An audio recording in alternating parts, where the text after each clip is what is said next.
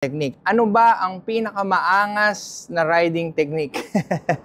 Happy Sunday everyone! And on our way to church, gawa muna kami ng video ng technique. Ano ba ang pinakamaangas na riding technique?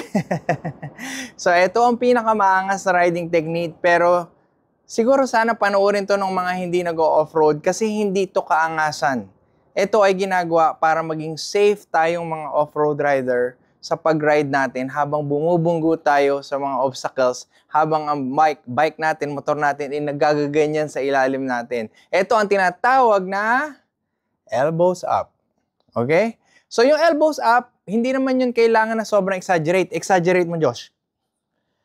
Hindi naman kailangan ganyan.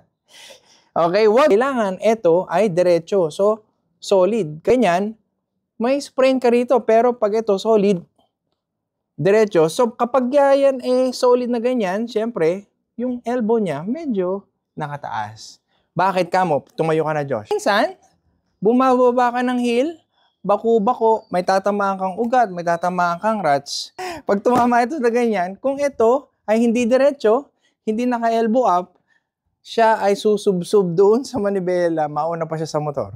This is Coach Sam Tamayo and the Tamayo Twins, Tamayo Brothers, Hello. Joshua and Caleb.